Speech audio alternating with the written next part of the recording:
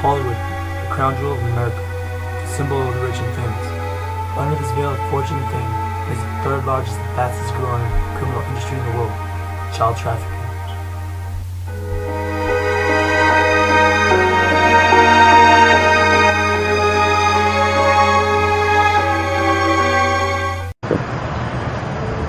The youth of today, the future of tomorrow. What happens when a child is taken from a loving environment and cast into a horrific scene of abuse, drugs, and sexual conduct? Human trafficking is the third largest and fastest growing criminal organization in the world. 700,000 people are being bought and sold across international borders each year, 50% of that being children.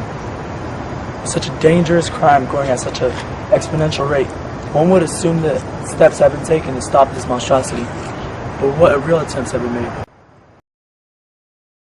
The third largest and the fastest growing criminal industry in the world is human trafficking. $32 billion a year. A lot of people don't know that there are about 27 million people living in slavery right now, many of them in sex trafficking, but any others.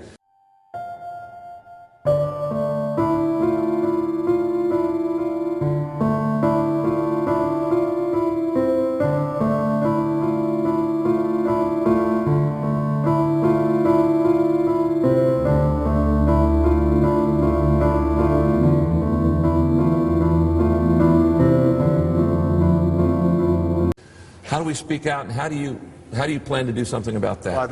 This has to be a top priority, and this is an area where we've already seen bipartisan agreement on this issue.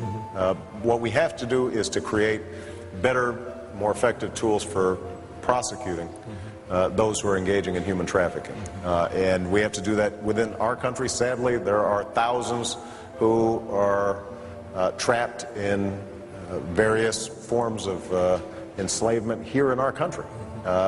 Oftentimes, young women who are caught up in prostitution.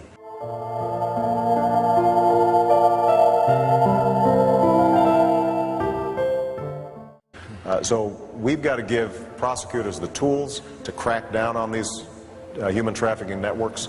Internationally, we've got to speak out, and we've got to forge alliances with other countries to share intelligence, to roll up the financing networks that are involved in them. It is a debasement of our common humanity whenever we see something like that taking place.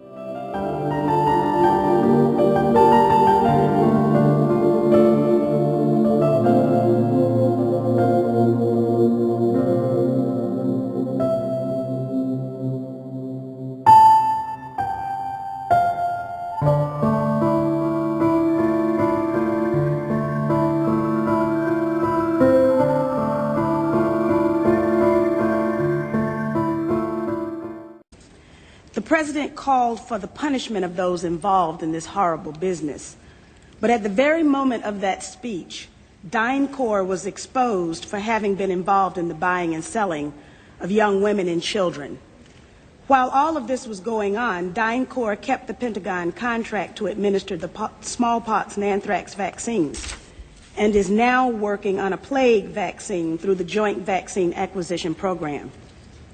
Mr. Secretary, is it policy of the U.S. government to reward companies that traffic in women and little girls?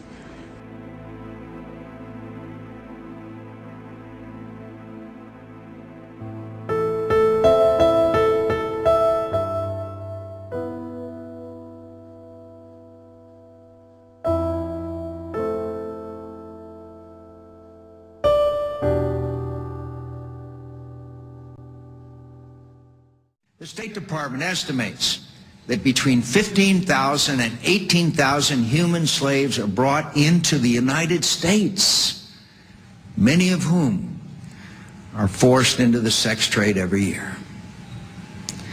While the past few years have seen increased efforts on the part of the state and justice departments and the FBI to combat the slave trade, we must do more.